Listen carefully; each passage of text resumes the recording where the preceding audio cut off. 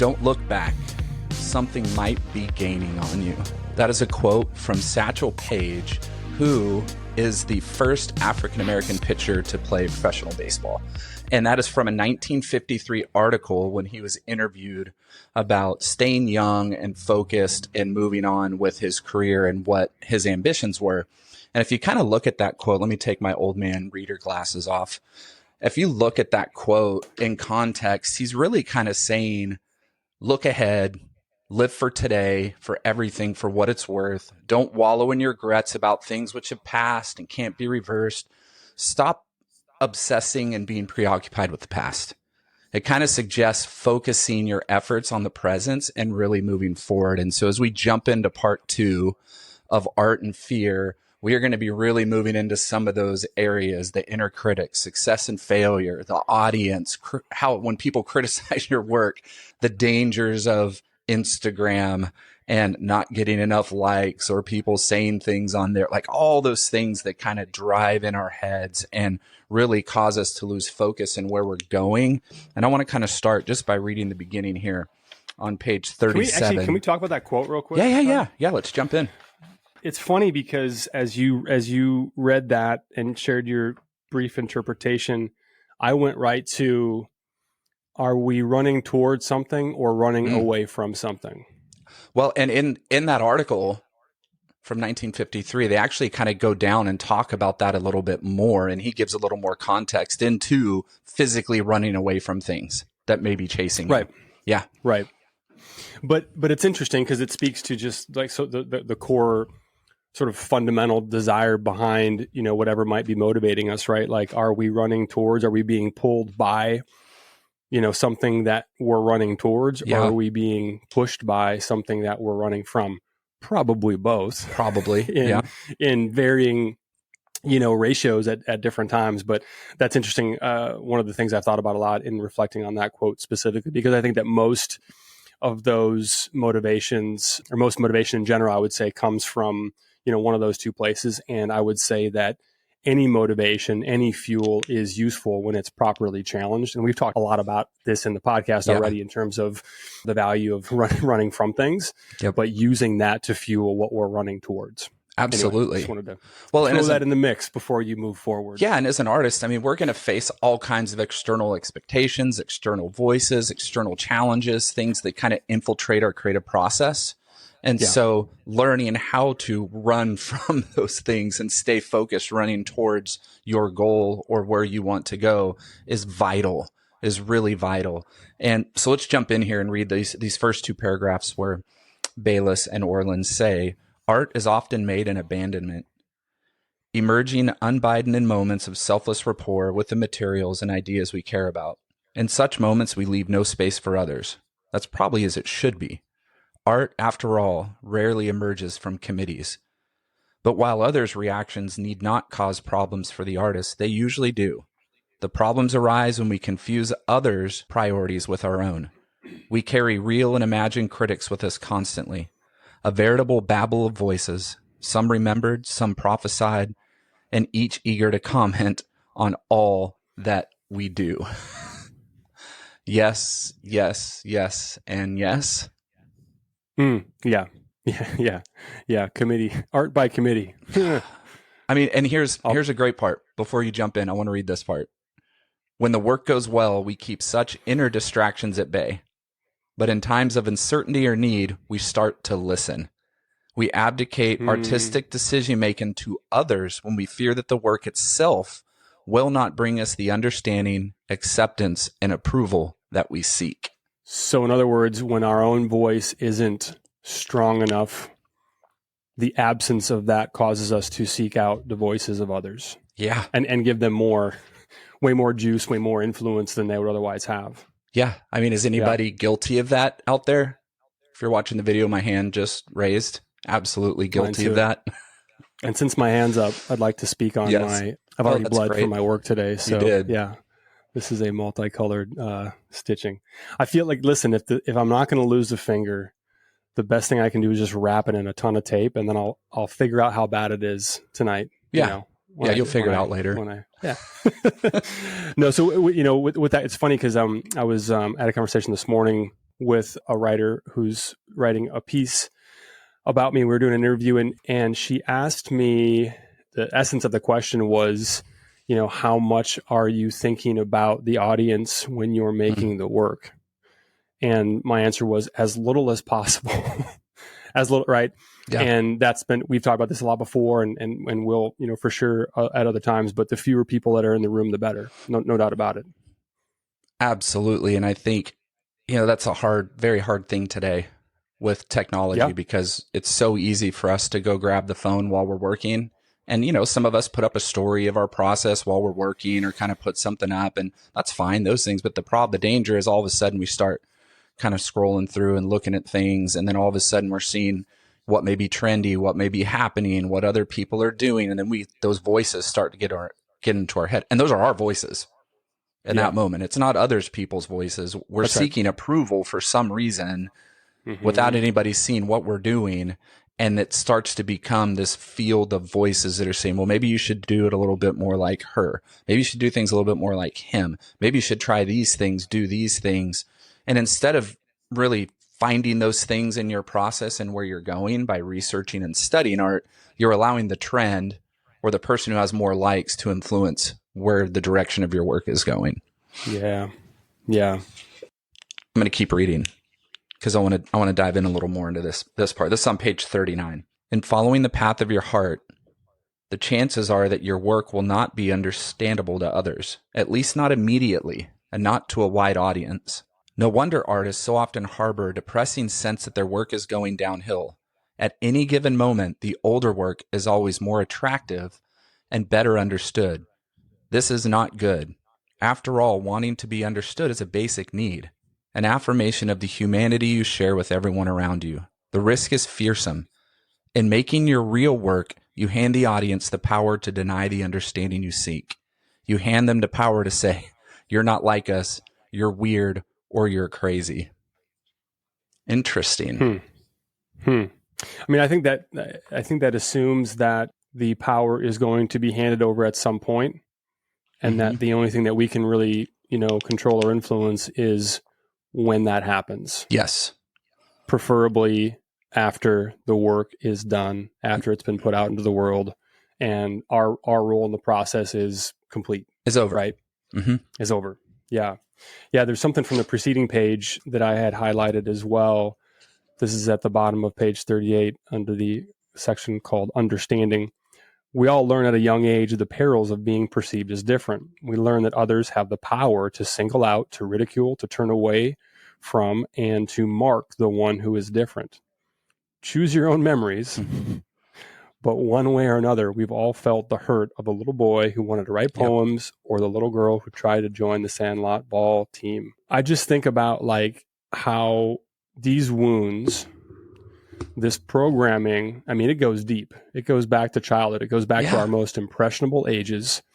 And not that we're trying to psychoanalyze our entire life arc, but it is worth, I think, acknowledging that these aren't the types of beliefs or influences that we can just dismiss in a moment. They're going to be there. The only question is how much we're going to allow them to affect us while we're in the act of making. And this all falls into routine that we talk about all the time, like finding your routine, how you work into your daily, weekly, monthly, hourly, the times that you have to really shut out the noise while you're in the studio. What does that need to be? I have this conversation with artists in my program regularly where they're like, I come into the studio and I don't even know where to start. And then all of a sudden I start doubting myself and I wonder, can I even do this? And then all these things kind of come in. So I always tell them, and we've talked about this plenty of times, find a mantra, put a quote on the wall, find something you say when you arrive. You could be like Agnes Martin, where you have to clean that space before you start, because she couldn't start with even a speck of dust on the floor. It needed to be clean and completely empty for her to feel that spirituality that she wanted to put into her work and her art, that meditative quality that she would really put into making. And so find something, figure out what that is. Because here's the thing, when work is going well, the noise fades. When the work is not going well, the volume turns up. And action cures fear, right? Action cures fear. Yes. Inaction reinforces it. I got to stop putting my thumbs up when I use my phone to record. Yeah, we don't need any more. Is thumbs up the bubbles? Yeah, I just had a nice bubble of a thumbs up pop up on the screen. It's not recognizing my obscenely bandaged thumb. That's funny. Sorry. But action cures fear and inaction reinforces it. So if we are walking in the studio and just sitting and waiting for that grand inspiration to get us moving, boy, that's a recipe for a lot of inaction. Whereas to the Agnes Martin example, which is a perfect one, most days for me, almost all of them start with some sort of menial task, usually cleaning up the wreckage from the night before. Yeah. Because I'm always doing just one more thing before I, close up shop for the night. But just that action of being, but just movement, right? Yeah. In the studio, doing something to move things around, and even just the physical act of just like touching, the material, the tools, whatever you're using, can be something that leads to and before you know it, you're in it, but you have to move first. Well, we all have different distractions. The noise is different for all of us, right? The noise isn't, for some of us, it's the same, but for most of us, there's something different that becomes noise for us. That may be the life outside that we're living. Mm-hmm. That may be family. That may be work, the job that we have to do 5 days a week or 3 days a week. And then we try and get into the studio and we're worn out and we're stressed about work. That email, that's coming, like all those things can cause this like severe distraction. I love this quote by Anne Lamott, one of my favorite writers and people on the planet.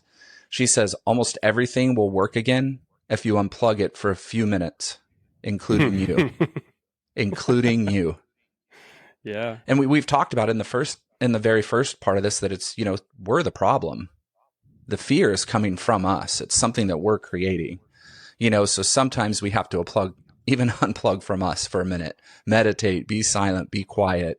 And one of the things I took from that is I've literally unplugged like from tech for the last 2 months as much as I can. And I think I've been detoxing. Honestly, I feel like I've been in detox. What it's done to my brain and my body and things like forcing myself to leave my phone in the room in the morning. So when I read, I'm reading and I'm silent. I'm keeping my cortisol levels at bay in the morning. I'm not spiking them up so that I'm worn out by midday by scrolling and scrolling and scrolling and looking. You and I, we've talked about this in the last couple of weeks, and it's caused peaceful mornings, but I can tell there's a difference, that my body is wanting to go grab my phone and start, scrolling, and even little things like sharing what I just read and researching these things, like that's still spiking my cortisol levels to something that doesn't need to be that raised early in the morning. I need to slowly move into the day. And I haven't been on my phone in the studio. I've literally kept it at bay and not been checking Instagram and purposely trying to just focus on ideas and where the work's going, because I've had this serious apathy over the summer for being in the studio. And it's the heat. It's so hot in my studio. I'm not able to do what I want to do. And so I've been doing smaller works in my office, which I don't want to do. So it's creating this apathy. It's creating noise. Yeah. Instead of just finding something and making, I'm going, well, it's too hot. It's too this. I can't do this. I can't do what I want to do. I'm not focused. These things are frustrating me.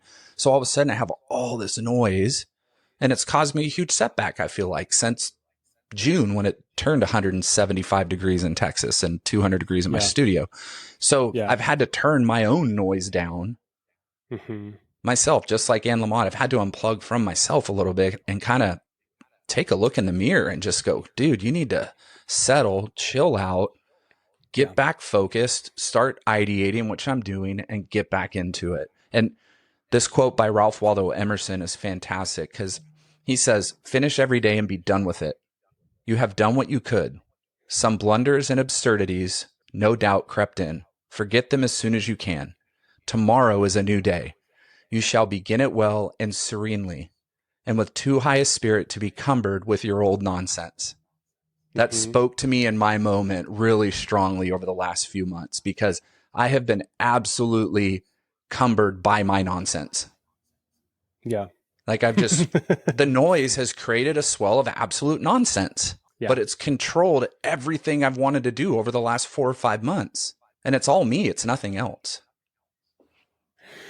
Well, it's just that goes back to that whole idea of creating before you consume, you know, because, and I've done this poorly many, many days where it's just for whatever reason, I get into the phone, before I get into the studio, and just what a trap that is. Yeah. Once we start consuming, just acknowledging that these apps are intentionally engineered to hold our attention for as long as possible and keep us from doing anything else. There's a time and a place for it, I suppose, depending upon what your practice is and how you want to, leverage those tools, because they do have utility to them. But to be intentional about when we do those things is absolutely huge. And it does. It all comes down to the routine. I mean, that's a rule that I have that I don't always follow. Sure. A rule that I absolutely have, which is create before you consume. So if I'm going to get on whatever Instagram for the day, it's going to be after I've gotten a good session in the morning, and I am ready for a break, for a little bit of a reset. But acknowledging that, and just for me, I rarely close down my phone more energized than when I pick it up. Almost never. Yeah. So just treating it as the trap that it is, which is an energy draining thing, versus something that is energy giving, is just really important. Just acknowledging it for what it is, a powerful tool, but also a battery drainer and an energy sucker in most cases. And we're not making this up. Like there are neuroscience studies on this that reveal the cortisol addiction levels and things that your phone and scrolling will have in the same way that drugs and alcohol will have. The same type of things and reactions your body wants it, needs more. Oh, I got to check. I mean, I think it's hard for everybody, but with artists, because we are courting approval, we want approval. I'm sorry. We're making art because we want people to see it. Yeah. Most of us listening are making art because we want it to be seen. We're not just making it to make it. Yes, we're making art for art's sake, but the goal, what is the end goal? For people to see it, for it to be hung on a wall, for an audience to come in and, against our best thinking, judge it, like it, hate it, dislike it, love it, whatever. And so, gosh, that courtship of approval is so massive for us as artists, and not seeing the likes or not seeing people talking about it, not getting comments, those things can absolutely hamper us horribly. That actually leads to a great quote that I wanted to share from page 40, right in the middle. What is sometimes needed is simply an insulating period, a gap of pure time between the making of your art and the time when you share it with outsiders. And I was reflecting on this quote and remembering, or just sort of realizing how my routine around when I share work has really changed. And like, I rarely share work in progress anymore. I might share some process little videos of just a little, vignette of something I was doing. But as far as like, I remember earlier on, I would share, like, I would take a decent photograph of like work in progress, And again, there's nothing inherently wrong with that. Like if that works for you, then do it. But what I found was that I began to be influenced by whatever, comments people would make, positive or negative, you know what I mean? Yeah. Mostly just like, hey, I like that part over there. Right. And so then the next time I'm working on it, all of a sudden now I'm thinking about how whoever liked this one portion and I like them. So now it's like my job to retain this certain element that they, liked. And all of a sudden we've invited a whole bunch more voices in the room that don't have any place in the creative process. And there is a massive danger of possibly discarding your highest vision in order to fit into what the perceived audience expects. Right. And so, you and I talked about this, I think 2 weeks ago. We were talking about something on the phone and I said, oh yeah, I hide all my likes on everything. And you said, oh, really? I said, yeah. I said, I got to a point in my head, I don't know where it would come from because I'm not like this, but all of a sudden I'd go, wow, that painting had 400 likes and that one had 10. What's wrong with it? I don't even know where that thought process came from because I've never had that thought process, but it entered in and I would start to think about the perceived audience's expectations of what I was putting up rather than just focusing on the work. So I hide all my likes. Just for that moment that I get on, I'm not focused on it and going, what's that number compared to that number? What's that number? I mean, it's just a small thing cumbered by my nonsense. Yeah. Like the noise has created a swell of absolute nonsense. But I don't know, it crept in. That's what happens. Noise creeps in. It can creep in. So we need to be really conscious of noticing those things when they do and then attacking them head on. Yes.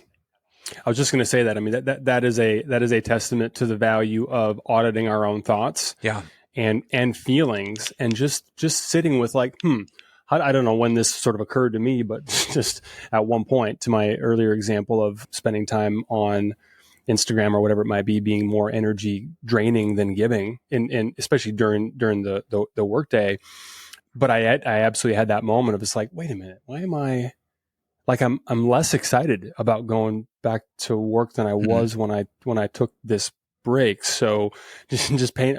Is there a pattern here? Yeah, there is. This actually happens consistent, right? So just the value of, to your point, being the auditor of our own experience and reflecting on, how is this affecting me? Is this a net positive or a net negative? Yeah. In different contexts as well, because it may be neutral overall, whatever. But it matters when we introduce these things in the mix and how much we allow them to impact us.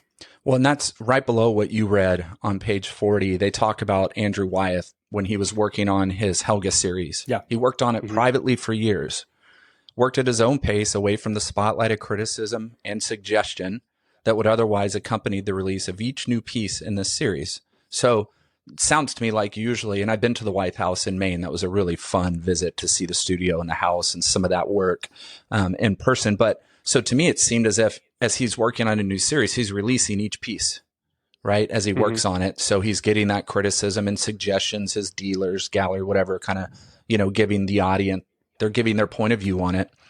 And then it says that such respites also perhaps allow the finished work time to find its rightful place in the artist's heart and mind. In short, a chance to be better understood by the maker. Then when the time comes for others to judge the work, their reaction, whatever it may be, is less threatening to the artist. I've thought about that over the years as I've read that section in the book, because as society has developed technologically, we want things faster, and it's coming at us in a much more rapid rate. So it's like, to me, that's a double negative. Things are happening. We want things to happen faster, but things are also coming to us at a faster rate. So the ability to be really patient as an artist and let your work develop, let it grow, let yourself become truly happy with where it's going and truly following your own heart and where your heart feels the work should go. Instead, we rush things out the door really quick sometimes. Yeah. We want that approval. We want to get that piece on Instagram. We want to get it out. We want to get it to our and then sometimes we release it and go, dang it. I've done it. I'm guilty of it. I've put work up on Instagram, and then a month later I look at it and go, I'm not happy with this at all. And I remove it, take it off Instagram. It's like, I should have never put that out there. Why did I? Well, because I wanted to see what the reaction of the audience would be. It's just, to me, that's dangerous, especially if we're really trying to develop, we're really trying to grow. Let's not rush. And like we always say, somebody might be watching you. Somebody in the art world may be watching you. Watch where you're going. Watch where you're growing. Don't release the work you're not fully happy with yet. Release the work that you feel really confident in and really strong in. In the Helen Frankenthaler episode, we talked about that. There was a quote that she said, and you and I kind of went back and forth and debated it. And we felt like she was saying there's a point where she just has to go, I'm good with it. And now it's moving on. Yeah. She doesn't care what anybody says. If they like it or they don't like it, she's like, I'm good with it. So it is therefore out the door. Yeah, I think it's important to really just keep in mind, why we're making the work in the first place, and that it is not to meet the lowest common denominator. Right. We're not trying to make something that is just like palatable for everybody. I was listening to a podcast. I can't remember who the guest was, but it was a filmmaker, and they were talking about how the interviewer asked, why is there so much just trash being made in the film business right now? And by trash, I just mean just like vanilla, just retread scripts of just a slightly different, if at all, version of something we've seen 17 times before. And they were talking about how, like, Netflix, for example, will, throw crazy budgets into getting like whatever A-list actors. But instead of buying a script that had a singular vision by a writer or maybe a pair or a team or whatever it might be, they're just throwing a bunch of cash into a writer's room where individually there probably is quite a bit of talent, but collectively you just get this sort of homogenized base level, again, lowest common denominator version of what might be mildly entertaining or acceptable, but is never going to move the needle or say anything unique or connect with people in a real and meaningful way. And I just think that's a great example of, the more voices there are in the room, the more people who get a vote on how it goes and how the work gets completed. Presumably definitely the less unique that work is going to be. Yeah, I just had that conversation with a group of friends this weekend. I was watching Gangs of New York. I pulled it up. I was just going through looking for something to watch. I wanted to watch something good, and I pulled that up. So I haven't seen it in a while. And there's the scene where Bill the Butcher walks out in the very beginning of the film when the warring boroughs are about to have their showdown in kind of the icy middle of the square. And, Liam Neeson comes out with his whole side of the Irish, and then he's bringing out all these other different clans are coming out to support him. And then when Bill the Butcher comes out, Daniel Day-Lewis, the cinematographer chooses this close-up of his face, and then it's a wide shot, really wide shot, and then it's another kind of boom, boom in. But the power in that moment was so creatively beautiful that I took a screenshot and I sent it to my friends and I said, I miss true cinema. I'm sick and tired of all of the just, like you said, let's repeat the script, get it out as quick as we can, get as many eyes on it as we can, and then do the next thing, the next thing, the next thing. And so time isn't involved. And those things, it's not processed that well. And I went, gosh, this is the storytelling, the attention to detail and the shots and the framing was just so marvelous and beautiful. And I was like, that is such a snapshot of how I want to be in the studio. Attention to all the detail, focus, slow, move it, build the story, release it when it's ready, not get a bunch of writers in the room, rush with something that's already been done and get it out as quick as we can, and then on to the next thing. And I think that moves in really well. I want to read this page on page 47 as we kind of talk about communication and the artist's relationship with the work. There's on page 47, he tells this story. Filmmaker Lou Stuman tells the painfully unapocryphal story about hand-carrying his first film produced while he was still a student to the famed teacher and film theorist Slavko Vorkpich. The teacher watched the entire film in silence, and as the viewing ended, rose and left the room without uttering a word. Stuman, more than a bit shaken, ran out after him and asked, "Well, what did you think of my film?" Replied Vorkpich, "What film?" The lesson here is simply that courting approval, even that of peers, puts a dangerous amount of power in the hands of the audience. Worse yet, the audience is seldom in a position to grant or withhold approval on the one issue that really counts, namely, whether or not you're making progress in your work. They're in a good position to comment on how they're moved or challenged or entertained by your finished product, but have little knowledge or interest in your process. Audience comes later. The only pure communication is between you and your work. Man, I was listening to this section on the audiobook yesterday when I went on a walk because it was 69 degrees and just beautiful yesterday morning. So I was listening to this section, and I'd never really focused on the moment where he says, worse yet, the audience is seldom in a position to grant or withhold approval on the one issue that really counts, whether you're making progress in your work.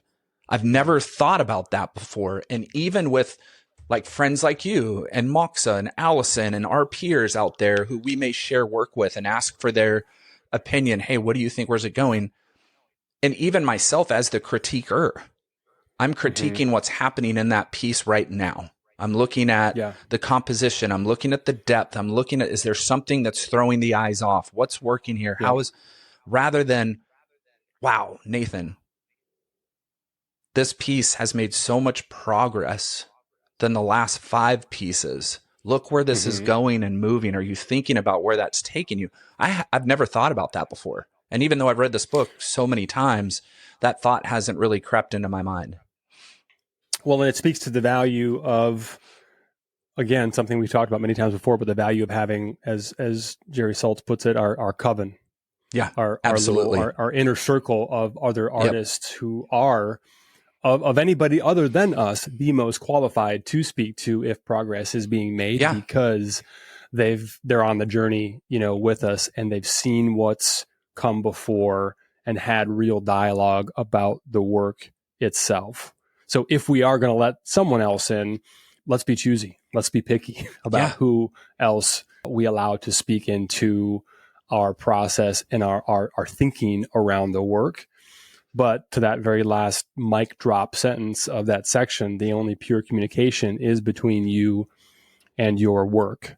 And so it's funny. So you just mentioned a couple of people that we did a Mox, Alice, and some others, just a little bit of a it was weekly for a while, and it kind of faded off. But for probably a good year and a half or so, we had, weekly Zooms where we would talk about the work. We would show different things. We would have different conversations. And somebody said, I don't remember who it was, but well, Ty said this about it, and it was clear that they did not agree with or like whatever feedback you had given. I think this is actually while we were still in the program, so there was an active dialogue around the work for that reason.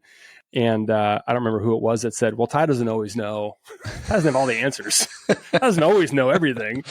And I think that was really important to acknowledge. Like, even the people who do know us the best, even the people who, in that case, we were seeking out, guidance and mentorship and information from, they don't have all the answers. Yeah. Nobody does. Right. Well, so just making sure that we sort of collect if we're going to do that, be selective about who we give a voice to, and then auditing and being selective about what we do with whatever is shared. Because oftentimes it's, thank you kindly for your thoughts, and back I go to what I feel is that purest version of the communication with the work that I'm capable of today, and see where it takes us. Absolutely. And I love this quote. This is from a book by Sarah Thornton called 7 Days in the Art World. And she was visiting John Baldessari when he was still alive, one of the greatest art educators in history, and was talking to him at the school and asking him questions.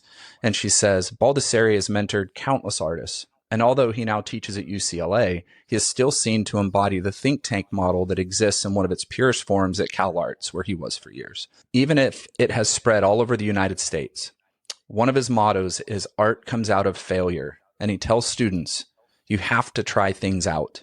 You can't sit around terrified of being incorrect, saying, I won't do anything until I do a masterpiece. I love that quote, because the purest communication that you have with your work is going to come out of failure. Yeah. Being willing to try things out, being willing to be incorrect and do it wrong. If we keep trying to make that masterpiece constantly, each time we go in the studio, we're not going to allow room for pure communication. It would be like saying, I'm only going to start this maze if I can walk directly from the beginning to the end. Yeah. Seriously. I don't know why when you were talking, I just got this flash of a picture of how every failure is like, it's in a little detour over here. Oh, nope, not there. Okay, turn around. No, I tried this before, but maybe not in this combination. It's nothing but a series of failures that leads to the ultimate success of finding our way out of whatever figurative or literal maze that we might be in at that specific time. Absolutely. And I think that all comes from commitment, right? That all comes from your committed values to you and your work. And I want to read page 49. There's a great quote here. And we've talked about this quote before, by Heraclitus, sometime in 540 or 480 BC. You could not step twice into the same river, for other waters are ever flowing on you. That's just such a beautiful picture. Mm-hmm. Maybe in the same place, but once you step in that water, if it's a river, it's not the same river, because that water is moving and the river is the water. So, and I want to read what they say here about that. The world displays perfect neutrality on whether we achieve any outward manifestation of our inner desires, but not art. Art is exquisitely responsive. Nowhere is feedback so absolute as in the making of art. The work we make, even if unnoticed and undesired by the world, vibrates in perfect harmony to everything we put in it or withhold from it. In the outside world, there may be no reaction to what we do. In our artwork, there is nothing but reaction. The breathtakingly wonderful thing about this reaction is its truthfulness. Look at your work and it tells you how it is when you hold back and when you embrace. When you are lazy, your art is lazy. When you hold back, it holds back. When you hesitate, it stands there staring, hands in its pockets. But when you commit, it comes on like the blazes. How do you interpret that? Well, I've definitely spent a lot of time with it. So we got pink, we got orange, we got blue, pen, pencil. So my first reaction is this: hell yeah. Mm-hmm. Let's get after it. Let's go nuts. Let's not hold back. Which I think is probably where I'll end up. But I then go to that word hesitate. And I don't know why, upon this most recent reading in preparation for today's episode, I was just thinking more about like, all right, well, certainly I don't want to be lazy. I don't want to hold back. Yeah. But then that whole idea of hesitate, which could be interpreted a couple of different ways. I think in this context, they're probably talking about, again, just, delaying taking action and doing what we're supposed to be doing.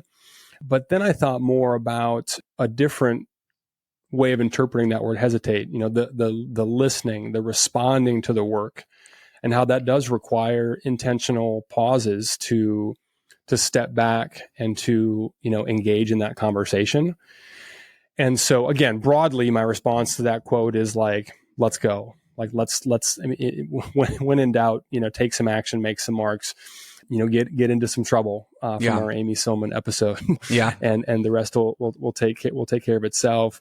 But I do think about the value of also having a rhythm in the studio of both of those things, of both, call it what you want, intuitive, big moves, big marks, big messes, big whatever, but balanced out with those soft, quiet listening moments as well. Because I don't know about you, but my work requires both, right? Both of the big, rough, bold, go for it, and also the delicate, gentle, small, quiet moves and moments in pieces. We need both of those, right? So again, just being aware of what works for us, and making sure that we're doing whatever the work needs to push it forward. Well, and I want to Does that make sense? Yeah, but I want to differentiate the word hesitate for the audience, because what you're saying is listening and pausing, whereas hesitate means being reluctant to do something. Yeah. Right. So I want to use you as an example. Let's say a few months ago, you had the idea of, I'll bet if I started smelting, I could get the moments I really want with these metals and things in my work. And then you stopped and took a step back and went, but I don't know how to smelt. I'm going to have to buy stuff. It's going to be really hard to learn. It's going to interrupt the process that I have going with these works moving forward. And then you choose not to take that step. That's what I think they're saying, hesitate. Yeah. Right. Got it. So, because how many of us do that? I mean, there are things that for years I'd hesitate on and go, but I'm going to have to relearn. I'm going to have to start to do this. And I've already kind of going in this direction.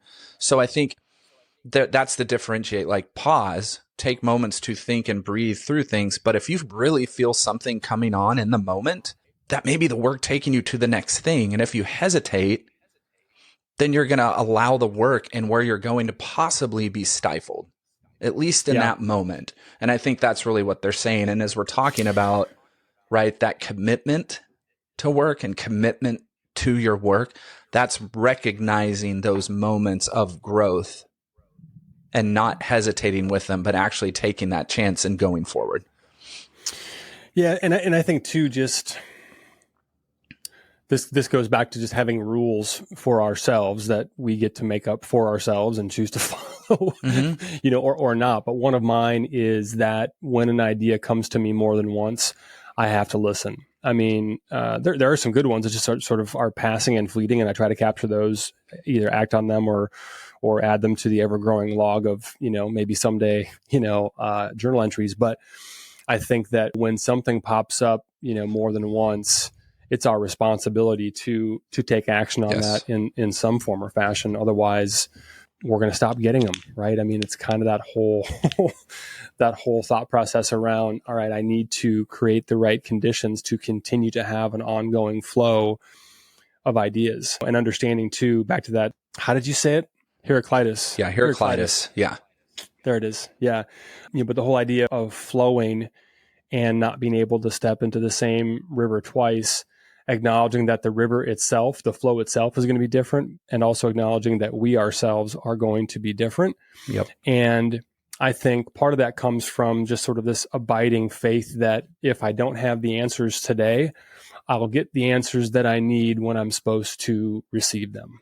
I will acquire, from hitting a bunch of dead ends in that proverbial maze, I will acquire the ideas, the resources, the abilities to execute on the ideas that maybe I don't have, today. Yeah. I'll share a story just from yesterday. I had, we share a lot of our struggles and a lot of the things that don't go well in the studio. And probably those are the stories that people appreciate the most. But I had one of those sort of unicorn days yesterday where everything just fit. Everything just came into place. And I had two different sort of elements, without boring everybody with the minutia of my process. But I make a lot of elements. I work a lot of materials that I'm not actually sure, is it going to be an inner layer, an outer layer? How is it going to connect with other elements?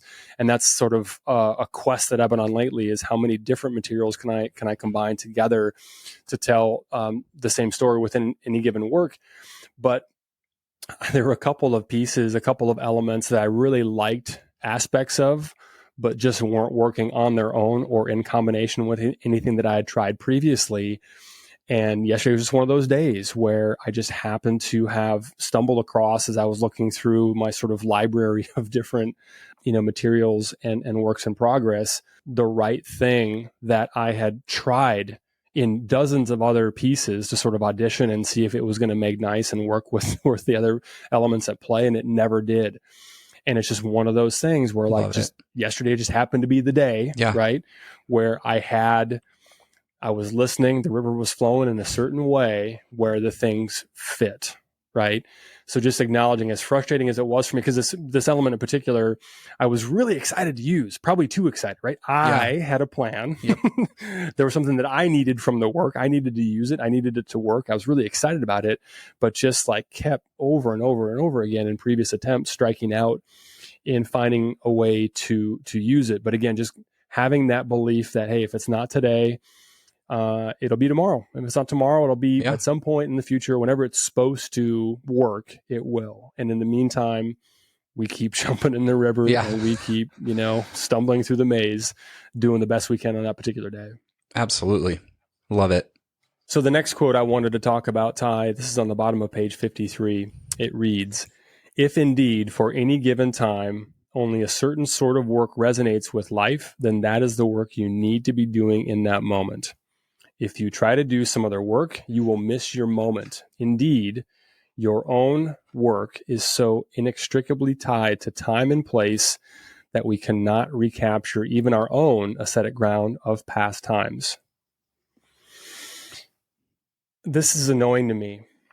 It's annoying when I feel compelled to do a certain thing, work on a certain piece, work with a certain, whatever, fill in the blank for whatever your process is or whatever your creative journey is.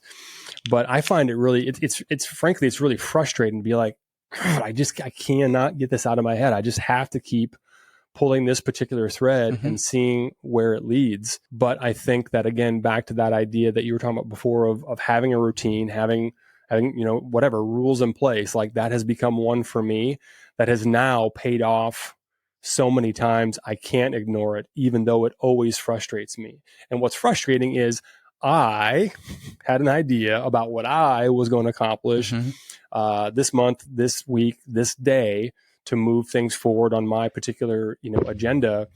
But the work that resonates with life doesn't care about that. And thank goodness, because that's where the most authentic work comes from. So the rule, the way of operating becomes, I think for me anyway, when I'm doing it right, is just listening, being like, all right, well, doggone it. Okay. All right. I'm just going to keep doing this until I don't feel like I have to do it anymore. And I think what's frustrating about that is that usually the thing that I'm being pulled by is something that is not going to probably lead to a completed work. It's probably not going to give me the feeling that I'm chasing often in the studio, which is, hey, I completed this. Mm-hmm. I finished this work that I am excited about and proud of. It's usually going to lead to a bunch of dead ends and a bunch of experiments and a bunch of things, a bunch of mistakes that don't work, but ultimately take me somewhere where I'm supposed to go, even though I have no freaking clue where that might be until TBD. We'll see. Well, and I think that's not giving up on the idea as well.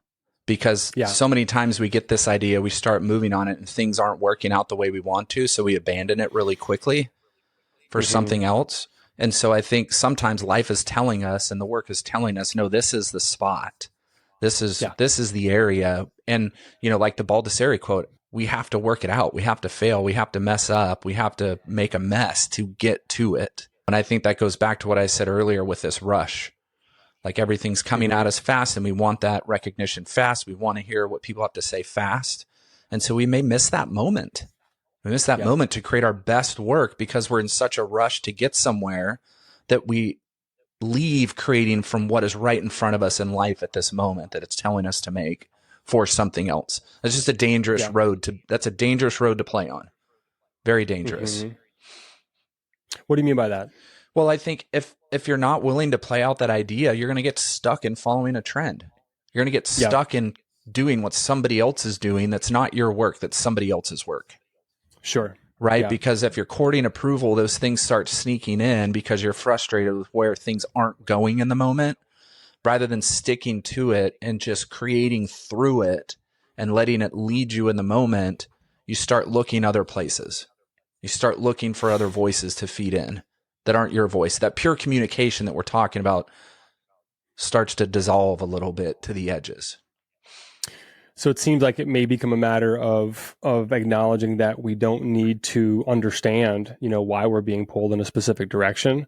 We just need to listen to the pull when it comes. Yes, absolutely. Yeah.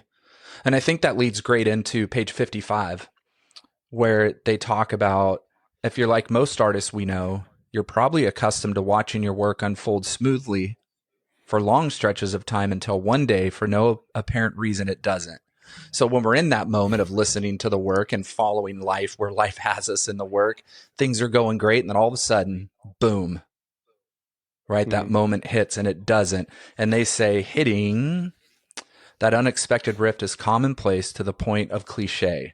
Yet artists commonly treat each recurring instance as a somber evidence of their own personal failure. And I love how they give this little graph here, kind of nominees for leading role in continuing artist funk are: number 1, you've entirely run out of new ideas forever.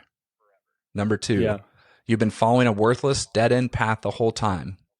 And the winner is, fortunately, neither.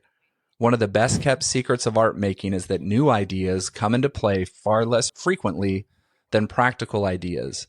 Ideas that can be reused for 1,000 variations, supplying the framework for a whole body of work rather than a single piece. Interesting thought there. I battled with that for a long time. I wrestled with that one because I keep wanting to do new things and try new ideas and do these new things and not do anything that I did before. I don't want to do this. If I did that, I don't want to do it anymore. I want to do something else. And then after studying, hold on on that. So, but that brings into question, like, is this a brand spanking new idea, or is it a practical variation of something that has come before? And we're getting into semantics here. I mean, we could define, it for ourselves, however we choose, but that was something that I really thought about with this particular excerpt, was just identifying, like, all right, a brand new idea is a very different thing than a practical variation Mm-hmm. of an existing one, which, to the author's point, is far more common than something that is brand new. Those practical ideas, those variations of something we're already doing, are also scary. Yeah. Because we just don't know yet. We don't know how it's going to impact the work. We don't know how it's going to impact it. I want to try something. I want to maybe just, again, a variation of something that I already have in front of me, something that I'm already working on. But the fear of, what if this messes it up? What if this ruins something that I'm looking at, that I'm kind of digging, that I'm kind of feeling, that I kind of feel or believe might be on the path, to being something, worthwhile. I think, that whole idea of what if, and just leaning into the curiosity that we all have. I mean, if there's one common characteristic of artists, it's that we're all inherently curious beings. I think the difference between those that push the work forward and those that maybe get stuck and camp out longer than they should on one particular thing is the action of the what if idea. It's the taking the, theoretical curiosity into a practical attempt at execution. Yeah. That's really where the new idea, the new thing, can actually blossom and become something. Well, I read. So actually, I want to, before you go, Yeah. I want to, so, I'm imagining somebody might be listening to us right now and thinking like, well, what if I'm just not having new ideas? What if I'm just kind of been stuck and I'm not sure, where to take things? I think a practical or tactical, idea to maybe sit with and consider is just, which variables could you just play with? Yep. We all have a number of different variables that we're using, that are in the sort of mix and in the ingredients for the work that we're doing right now. I mean, one small shift can make a massive difference in the result. Absolutely. And I was reading this again, they followed up on page 57, and I hadn't really thought about this too deeply before, but they say when things go haywire, your best opening strategy might be to return very carefully and consciously to the habits and practices in play the last time you felt good about the work. Return to the space you drifted away from, and sometimes at least the work will return as well.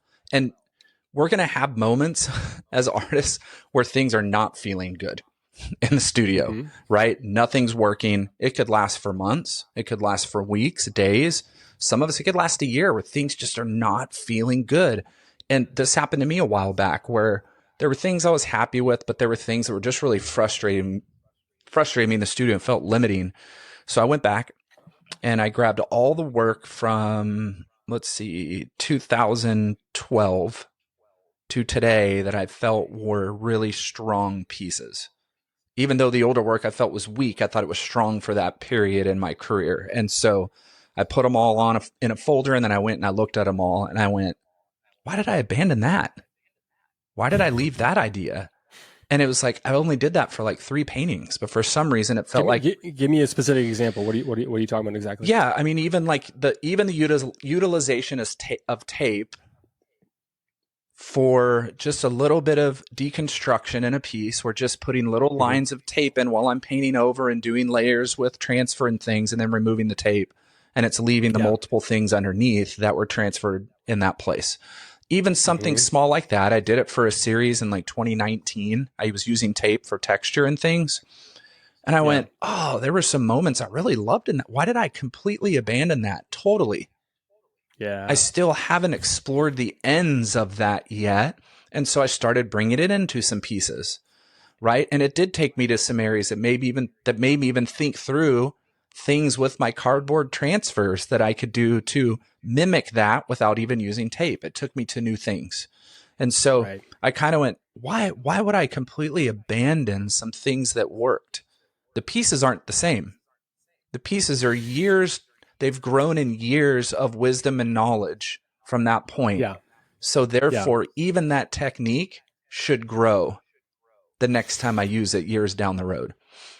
And revisiting the old thing with who you are and how you work today is naturally going to produce a different result because you've acquired everything that you have since then. Yep. Like back to the earlier quote that we read before, if you couldn't recreate that specifically, even if you wanted to. Right. You wouldn't want to anyway. I wouldn't want to, but it would be really hard to. Yeah, absolutely. Be really hard. So we are naturally going to open up new doors and have new veins to mine when we revisit old things with new information. I mean, as you're sharing that story, I was thinking about my relationship with wood and how, I had done a body of work that was very clearly wood. That was when I was really first starting to use, pallets and crates and such. And I'm proud of that work. There's a lot of work in that I like, but in looking at it, together, I'm like, this is just obviously a lot of, wood. Yeah. And so I don't know where I got this idea. I honestly can't say whether or not it was a matter of me going where I was led or feeling like I needed to do something, different for other external reasons. But I kind of abandoned, anything. I still used wood as a structure, but it wouldn't allow that to shine through. And so anyway, recently I had a couple pieces where it just sort of started to reemerge, and I'm like, hey there, hey buddy, hey old friend, how are you? Yeah, good to see you. And let's see. And some of the work that I'm doing, I'm really excited again to let that sort of reemerge, but it's expressing itself in completely different and novel ways because of everything else that's transpired since then. Nathan, if you didn't have a value of volume, which we're going to talk about here coming up, you might have missed those moments. He's a professional, ladies and gentlemen. That's a segue. That's a segue. That you're sustaining your process over a period of time and creating a volume of work.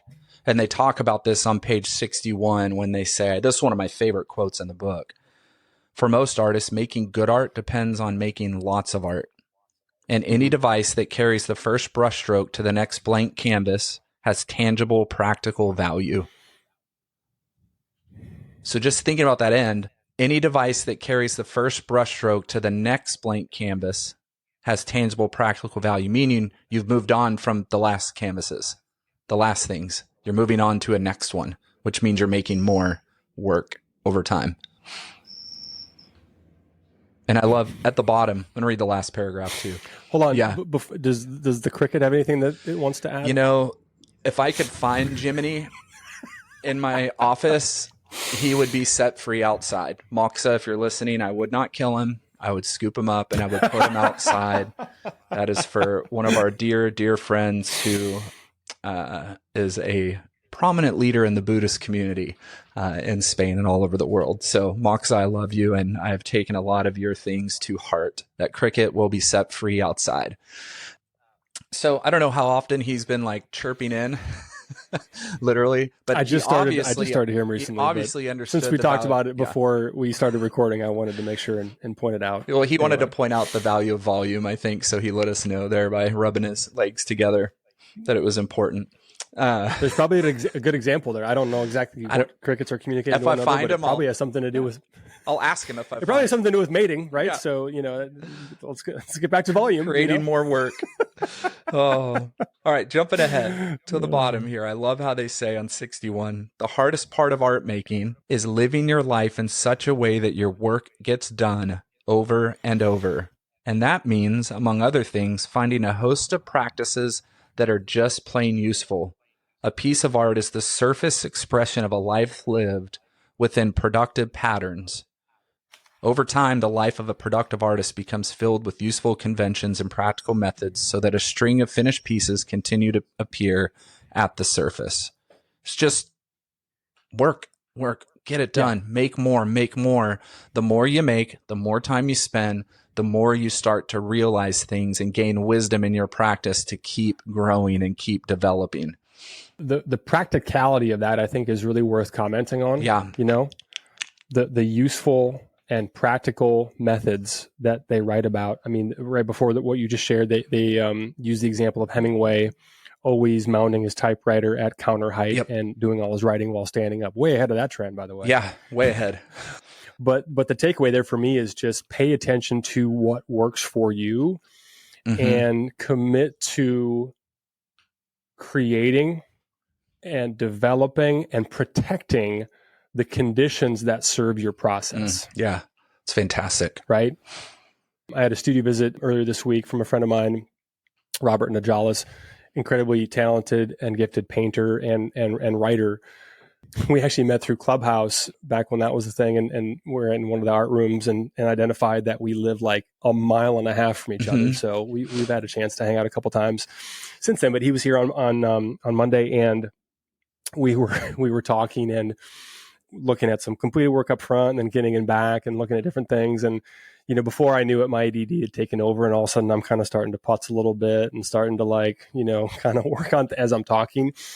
And he's like, hey, I've been here for a while. Like, if you want to go ahead and work on that, go for it. And I was like, hey, thanks. He's like, are you sure? I said, I'm actually probably better conversationally when I'm focused on making something. Totally. So anyway, so he's watching me, do whatever I was doing. And I've got my little, my carts on wheels, each of which that has a specific thing, right? So I've got my torch cart, my texture cart, my carving cart. But anyway, he just commented and just made me think of this. He commented, he goes, you clearly have a system here that works for you.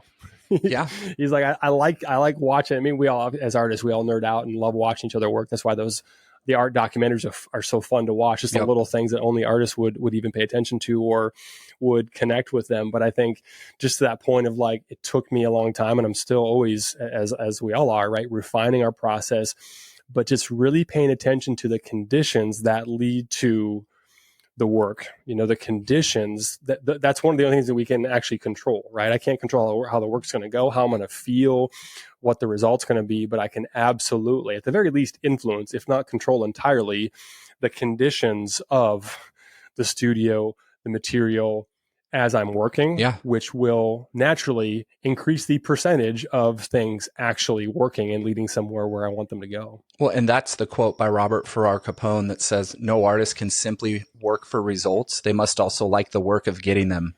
I love making the work far more than I like seeing the piece finished on a wall.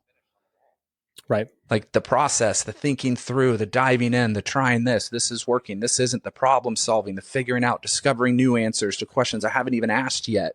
Like for me, that's what I'm working for. I'm not just working for the result of the piece. I'm also loving the fact that everything that's going into making it is making me even better, And in a game like this, if you don't love the process, good luck. Yeah. Good luck. I mean, if the only acceptable, whatever positive feedback is the finished piece that you are proud of and that you love is what's fueling you.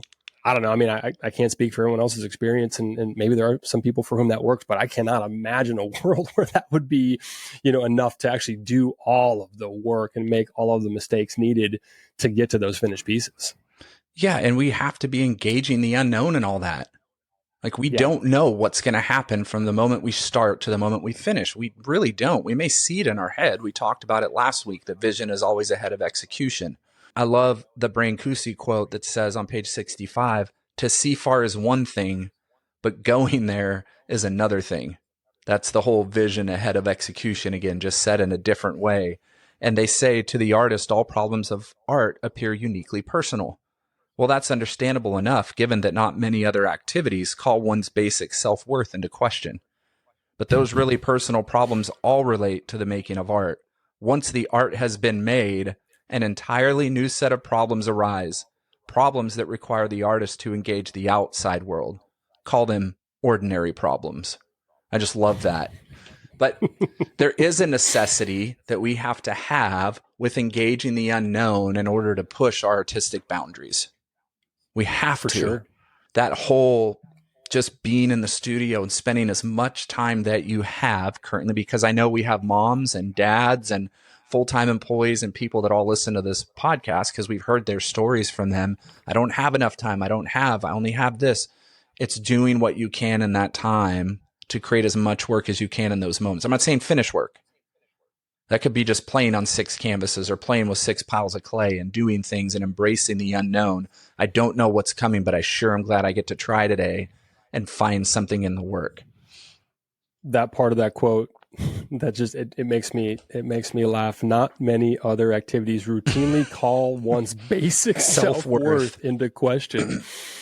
But it's so true. I mean, I go back to, I spent a good part of my professional life before art, in sales and in coaching and teaching people how to sell. And one of the sort of self-talk mantras that was incredibly helpful in dealing with rejection is they're not saying no to you. They're just saying no to what you're selling. They're not rejecting you personally. They just happen to not be interested in what you're selling. And that was true in that context. Was true. It is the exact opposite. It's not true anymore. Like, if someone doesn't like your art, if we give that voice too much weight, or even just how we feel, while we're making it about the work, like our basic self-worth into question. No, if you don't like my work, you don't like me. Yeah. You are rejecting me. It is intensely personal.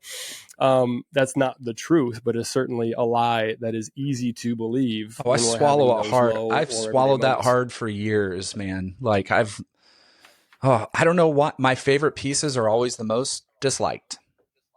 Yeah. My favorite pieces that I make are not the ones that the dealer selects, the gallery chooses, that my friends like, that my wife like my favorite pieces. I don't know why they seem to be the most disliked out of the bunch. And yeah, man, forever it would just demolish me, because I'd do a piece and I'd go, oh my gosh, I can't believe I just did that. That's where I wanted to go. That's where I was trying to get to. That's the thing. That's the one. And then put it in the group of work for a solo show, and the curator selects 12, and that one's not in the 12. And I would go, how in the world? I don't get it. It's far and above those 12. Totally. That has nothing to do with me. It has to do with, right, that's that whole new set of problems that they're talking about. Now the outside world is involved. Yeah. Now it has nothing to do with you.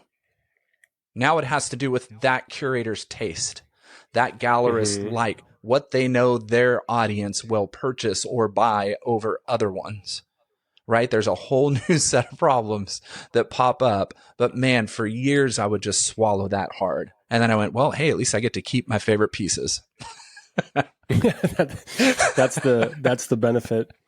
I told it's funny, I had this conversation recently. I told somebody that I know a piece is done. That the age old question. How do you know when? I know a piece is done when I'd be excited if it never leaves the studio. There you go. Or if at some point it just ends up in my house. Yeah. You know what I mean? Like, that's to keep it. I like it being around me. I like looking at it. So, it's okay. I wanted to actually jump back, if it's okay, Ty, to the end of page 62. Okay.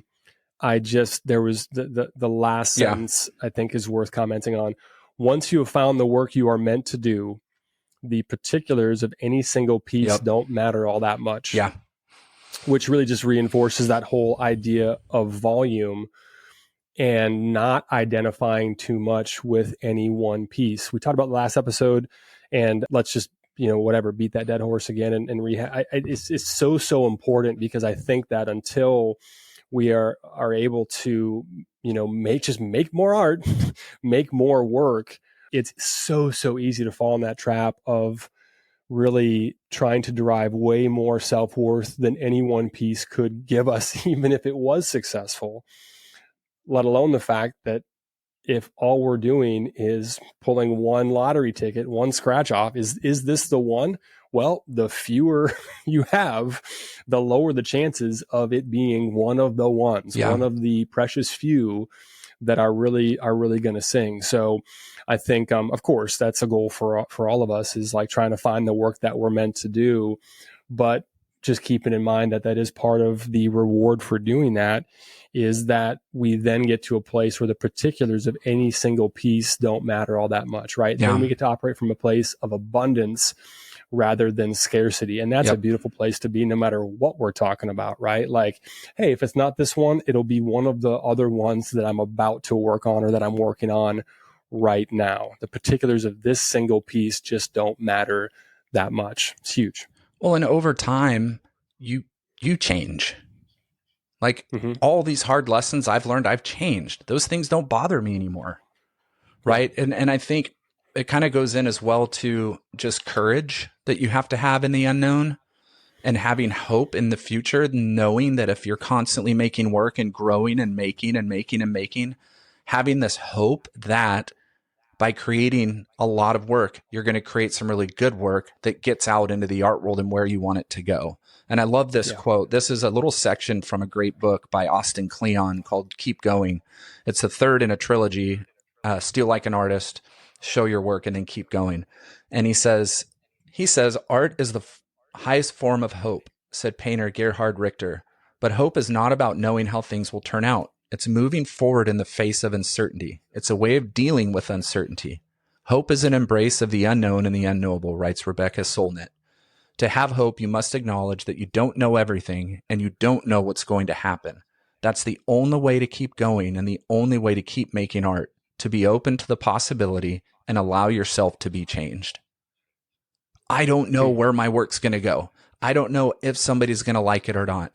I don't know if a curator is going to choose it for a show. I don't know if somebody's going to sell it. I don't know. So I know there's so many uncertain things around my work once it gets to the outside world. But the one place I can control is myself and my work in the studio and in my time when I'm making it. Well, and Richter would be a phenomenal use case for the example that we talked about before in terms of creating the conditions. You know, I mean, if you know his work and know his process, if you've watched the documentary or watched, you know, there's so many things. He's definitely leaning into uncertainty, but he has very, very, very specifically cultivated the conditions to create those surprises. And he has very, very intentionally cultivated a process that he knows will ultimately lead to the work that he is excited to make. Yeah.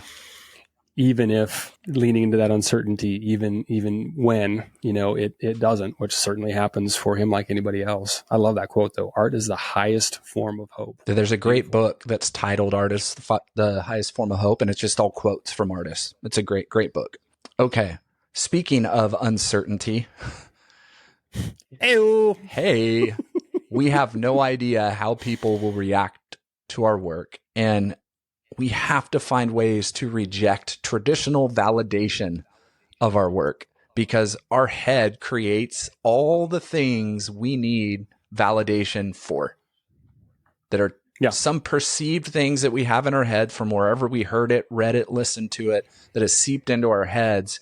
And I'm going to touch on this real quickly and then move on a little bit. But if you're a self-taught artist out there, you don't need an MFA or an institutional validation to create meaningful art. There is, for some reason, a myth that exists in self-taught artists' heads that, well, I'm never going to make it because I didn't go to art school. I'm never going to make it because I don't have an MFA. Do MFAs help? Sure. Of course MFAs can help, but they haven't helped every artist that's gotten an MFA. A lot of artists with really big debts who are not making art right now. Aside from that, you can learn anything you need to learn practically by being in the studio and becoming a student of art, right? You're a great example, Nathan, right? No MFA. You didn't go to art school. No. You're a self-taught artist. You've taught yourself how to do your craft. Now, I went to art school and I learned a lot of things, classical things. I grew up in art. I don't have an MFA. So do I have a little bit of a head start? Maybe on some practical things. Maybe on some certain things, composition or things I didn't have to learn at an older age. But trust me, plenty of friends out there who are doing wonderful things in the art world that have no institutional backing for their art. And that's okay. That's fine. So don't let that get you down if you're an artist that is, should I go get an MFA? Should I go to art school? It's an option. It's definitely an option, but you don't have to have it. Yeah. Yeah. I do sometimes think about or wonder how much different my work would be or how much longer it would take me to get to where I ultimately want to go if I was thinking about how to do it right, you know? Yeah. I mean, I've discovered some things that I'm excited about by doing it wrong or just by doing things that aren't even in the book to begin with, right? So there are benefits to both. Absolutely. to both camps. Yep. Yeah. There are major benefits on each side. Absolutely. Okay. Just real quickly, I want to tap on just the pressures of social media and how they serve as symbols of acceptance or comparison traps. And I want to read this little section on competition on page 71 in the book. Good artists thrive on exhibit and publication deadlines, on working 20 hours straight to see the pots are glazed and fired just so, or making the next work better than their last. The urge to compete provides a source of raw energy, and for that purpose alone, it can be exceptionally useful. In a healthy artistic environment, that energy is directed inward to fulfill one's potential. In a healthy artistic environment, artists are not in competition with each other. Unfortunately, healthy artistic environments are about as common as unicorns. We live in a society that encourages competition at demonstrably vicious levels and sets a hard and accountable yardstick for judging who wins. Man, I think we all know that really, really well. We think that all the artists we're looking at that seem like they have all their shit together on Instagram are so much better and so further along than us, and their life is perfect and their work is amazing, and I'm never going to achieve what they're doing. I will tell you, because I know a lot of artists on Instagram that put up beautiful posts and everything looks perfect, and nothing is perfect. Nothing is perfect. They are struggling like everybody else. They've lost galleries, haven't sold work, things aren't moving. They're struggling to do anything. Now the perception is, God, they must be selling a ton of work. I'll bet that lady or that dude's a millionaire. He looks like he's selling so much work. Or, gosh, that studio's massive. Well, he's a king at using a wide angle, and it's not as big as you think. Or they're showing in a gallery this weekend and you don't know that gallery's their studio. It's not an actual gallery. It's another, perception. There's a great fake it on Instagram feel and look for a lot of artists that do a really good job at creating really beautiful things and their looks and feels, but it's not exactly how it is. But yet we continue to compare, and then we go back and we get down, and then all the voices and the noise turns up, and we're not able to be focused on what we should be making today because we're so influenced by all these feelings that we have that it's taking away from our focus in the studio. So it's just another beware. It's great to use comparison to drive you, where you go, and I do it. I go, oh my gosh, look where she is. Wow, she's crushed. I got to get in the studio more. Right? It's like it's like Helen Frankenthaler and Grace Hardigan, right? When Grace came into the studio and went, are you effing kidding me? And then sprinted to her studio and made Massacre, right? One of her most famous pieces. I love what I just saw. You know it, and I know it. And I'm going to go back to my studio and knock your eyes out. Yes. And I'm going to title it Massacre because I just killed you. But look, it's so funny here. I've actually got this 9th Street Women example. I actually had that written down. I wanted to talk about that, and you beat me to it. It's a perfect example, I think, of, listen, there is a version of healthy competition that is very useful if you are wired a certain way. There is a way, I believe, to leverage whatever competitive nature that you might have in you in a way that does produce a healthy energy, as opposed to an unhealthy, comparison. I think about, I forget who said the quote, comparison is the thief of joy. I want to say Teddy Roosevelt, but I could be wrong about that. But comparison is the thief of joy. The moment I'm experiencing joy, the moment I'm having a good time on my little, fishing boat, and the yacht, rolls by, and I'm like, well, shit, my life sucks because I'm on this little thing and not. Meanwhile, you're on the water, baby. You're having a day. You know what I mean? So comparison, I think, is very dangerous, but I think competition in a healthy sense, which I do believe exists, is useful when, back to the book, that energy is directed inward. If I'm trying to beat you, well, that's probably leaning towards the unhealthy range. But back to that whole judging who wins. Well, when winning is defined as competing with myself to do the best that I can do, and using you as an example of what's possible, well, that's useful. Yeah. That is healthy. Mm-hmm. It's not all bad. Yeah. Competition is not all bad. It's not. But it has to be, we have to get clear about what our relationship with it is, and what we do with the feelings that competition can arise in some of us. Yeah. That's the key. I mean, it's Gosh, it's so easy because you sit there, and years ago when I fell in love with Theaster Gates' work, I was just blown away, and I was going, oh my gosh, these paintings are phenomenal. These sculptures are incredible. Oh my gosh, these found object pieces are insane. And it's like, whoa, hold on. Installations too? These installations are, how in the world? Yeah. You know, they go, oh, what's, and now ceramics? Now he's doing these huge, insane pots, and what he's using, how in the world is he doing all these things? Wait, he just built a house that is for sound, for records, and people just to come listen to records. And then it's across from his studio, and I'm going, how do I get there? It'd be really easy to go, I'm never going to get there. Never. Yeah. Never. Yeah. And I'm probably not going to, but it doesn't mean I can't go, I want to get there. We all have artists that do that for us and to us. Yeah, absolutely. To us. What I mean? Like, yeah. We were at the Art Institute of Chicago a couple of months ago, and I came across. I've seen about 4 of El Anatsui's pieces in person. Yep. Yeah, 1 or maybe 2 at the Broad in LA. Yeah. Most recently, like I said, at the Art Institute of Chicago. But we came around the corner. I was there with my daughter. We came around the corner, and I'm just like, what? Yeah, mind blown. Like, yeah. And we talked about this in the last episode too, about how that can move us in either direction, and sometimes both. I mean, sometimes you just have that feeling of like, what's the fucking point? Like, why am I even bothering? Like, well, okay, yeah. they are playing a different game, and I am unqualified to even lace them up and get on the field. But again, like, it's that, and we've talked about this before too, like leaving a museum, leaving a show, and just being like, well, it was a good run. Could have been a good art career.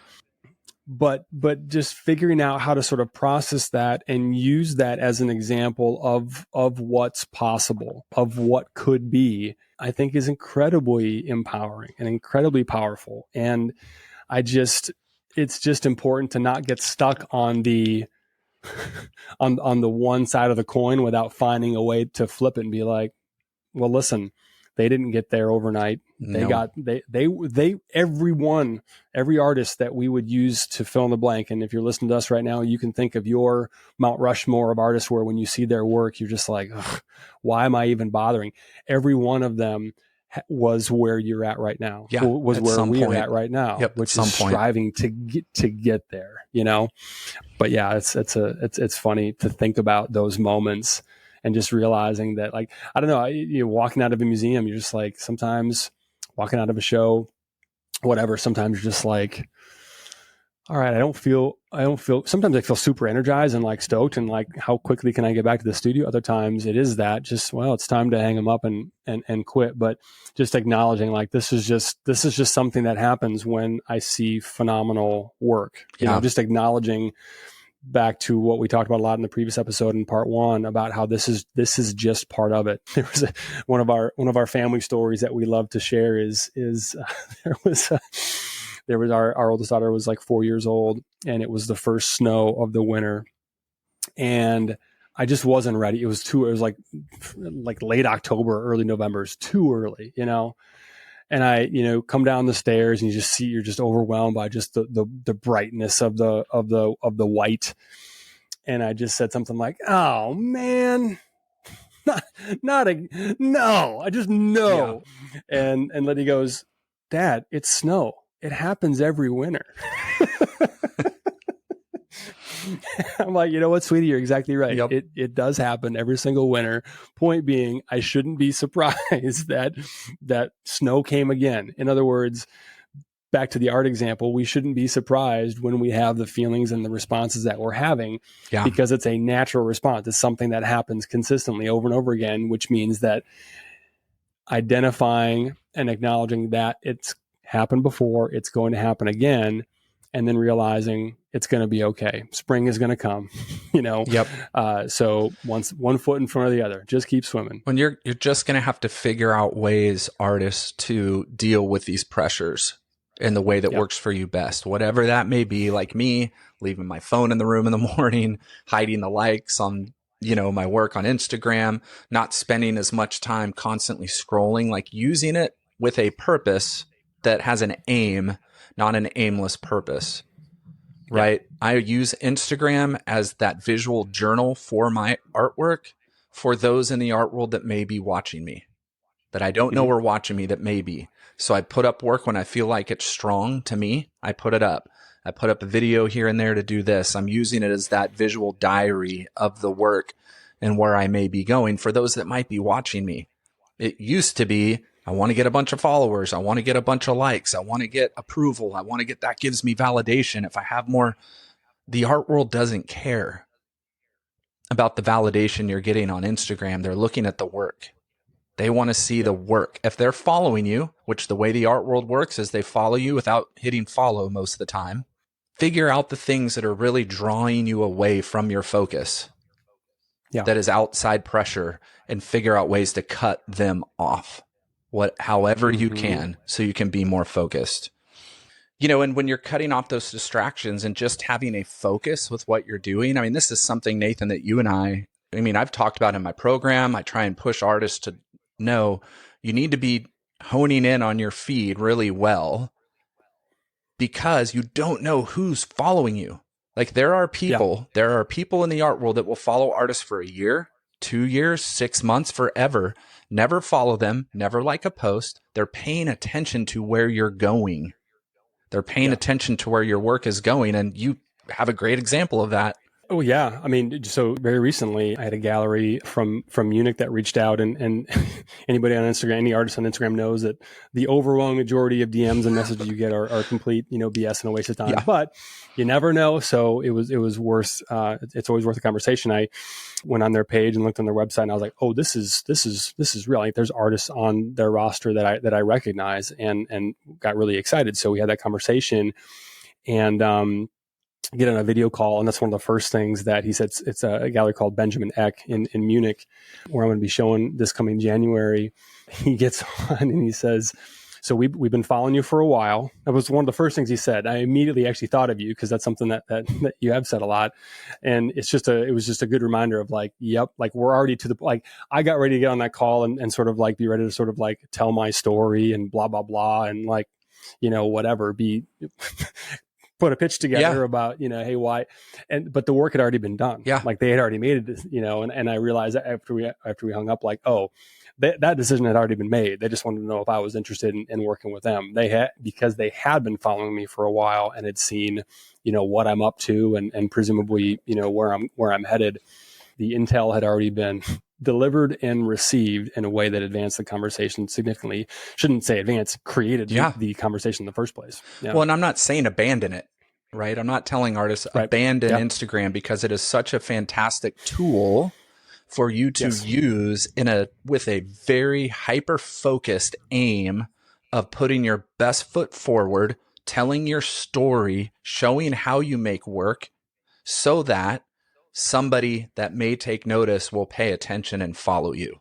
Yeah. Where you get into trouble is when you're constantly scrolling and constantly worrying about how many likes you have, how many followers you lost this week, how many people didn't see it or might see it, and your focus is different. That's what I tell all the artists that come in my program. It's like, listen, this is a tool. I have gotten so many opportunities for my art because of this tool.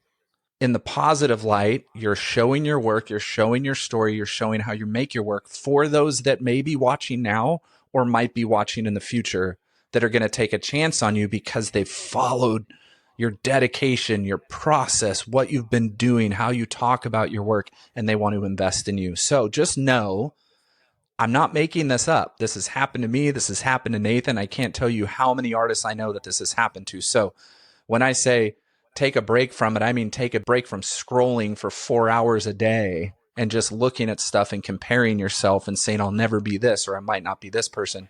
Instead, forget about all that crap and just put your best foot forward on there and think. When you're in the studio, there may be a gallery watching me in Munich. There may be somebody watching me in London. Who knows? There might be. There could be. There probably is. If not, you might be inspiring some young artists out there who want to be like you. So... Well, and that's back to that whole idea of create before you consume. Yeah. That would apply to Instagram as well. I mean, if you're whatever your time allotment would be in your ideal time blocking version of how much time you would spend on Instagram in a day, I would say that if all you did was not spend more time on Instagram, but change the ratio of time that you spend from creating or from just mindlessly consuming to thinking about, what you're going to whatever create or share, that'd be a worthwhile thing to consider. I mean, when you talk about tools, I'm just reiterating what you already said, but every tools have a specific purpose for a specific use case, and they have merit to be used for what they were designed to be, and that is a portal to the world, an opportunity for us to get our work in front of the world. But it's when we start to misuse tools for things that they're not intended for, where bad things happen. When you start to accidentally itch your thumb with a scalpel, you know what? You're going to end up with a multicolored, bandage and some little bit of blood loss, So just using the tool for its purpose, acknowledging the power of it, and determining how and when you're going to put it into practice. And everything takes time. Everything takes time and focus and allowing time to work within your practice and not rushing, not trying to get somewhere quicker than you actually can get. And I think there's a great quote by Rilke, one of my favorite poets and writers. We've referenced his book, Letters to a Young Poet, many, many, many times. And he says, there is no measuring with time. No year matters, and 10 years are nothing. Being an artist means not reckoning and counting, but ripening like a tree which does not force its sap and stands confident in the storms of spring without the fear that after them may come no summer. It does come, but it comes only to the patient, who are there as though eternity lay before them, so unconcernedly still and wide. I learn it daily. I learn it with pain, to which I am grateful. Patience is everything. Yeah. And I'm saying that same thing, like with you. If you had not have been just patient and built out your process and built out your work, shared the work that you felt was strong on Instagram, and told your story, and you were patient with it and continued on, did not abandon the things you were doing, somebody took notice and followed you. It works in many ways for artists. Don't give up on things. Keep moving, knowing that in art, 10 years are nothing. There's this, Well, I'm sorry to interrupt, but it really is such a nuanced conversation, because if somebody took that advice or that mindset to the extreme, one could land on, well, I'm not going to share anything until I've arrived at, my best work, which I would say probably isn't the best approach either, right? There is a balance there. We talk about this, just having this beautifully curated, what's the thing for the page, the profile. Yeah. That's great, but it's not unlike art itself, where there's benefit in sharing what you happen to be doing, right now, because that's what you're doing right now. So anyway, there's a balance there for sure. We all know when something's working. We all know in the studio at this point when something's working and something's going right. We're on the right track with our work, and things are kind of, I'm moving in a direction. I really like how this looks. Now, that's all perceived by us. I don't know. Do we though? Do you not look at do you not have a work that you finish and go? I do now. Okay. Yeah. But I think, but think back to for sure, but think back to earlier in your journey. Was that always true for you? It wasn't for me. In the moment, I would make a piece and go, "Oh, that's really strong. I like that. I think we have to have an air of confidence in ourselves too, because you and I have had these conversations even early on in your art making, and you're like, yeah, I think I like where this is going, and I'd go, I don't know, what about these things? Let's think about these things, right? So I think we need to have confidence in where we are today as an artist, because we're only as strong as we are today. And so, but then I would go to the museum, or I'd go to a gallery, and then I'd go, oh, I got a long way to go. Yeah. Ouch. But me saying, I kind of like where this is going, is feeding me to keep going in that area too. Yeah. And I think they say here on page 73, they actually kind of talk about that a little bit. I'm going to read that before we get to our closing arguments. He says, when things go really well. That might have been the most argumentative we were going to get this entire. No, we got to find some moments. I challenge you. Do we though? I challenge you. That was aggressive. Very confrontational. Sorry, Yeah. folks. When things go really well in your art making, all the pieces you make have life to them, regardless of how they stack up as your personal favorites. After all, they're all your babies. It can even be argued that you have an obligation to explore the possible variations, given that a single artistic question can yield many right answers. You talked about that earlier today, towards the beginning. I did. Yeah, you and I were talking about What did I say? revisiting old Must have been things awesome. and revisiting old ideas. Sure. Oh yeah. And so it's Yeah. like that. And you talked about, well, maybe there's a lot of variations in that idea.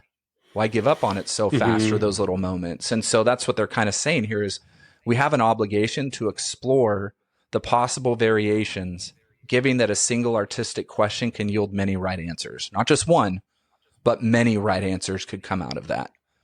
Boom. Yeah. Babies plural. Yes. Like babies plural. Yeah.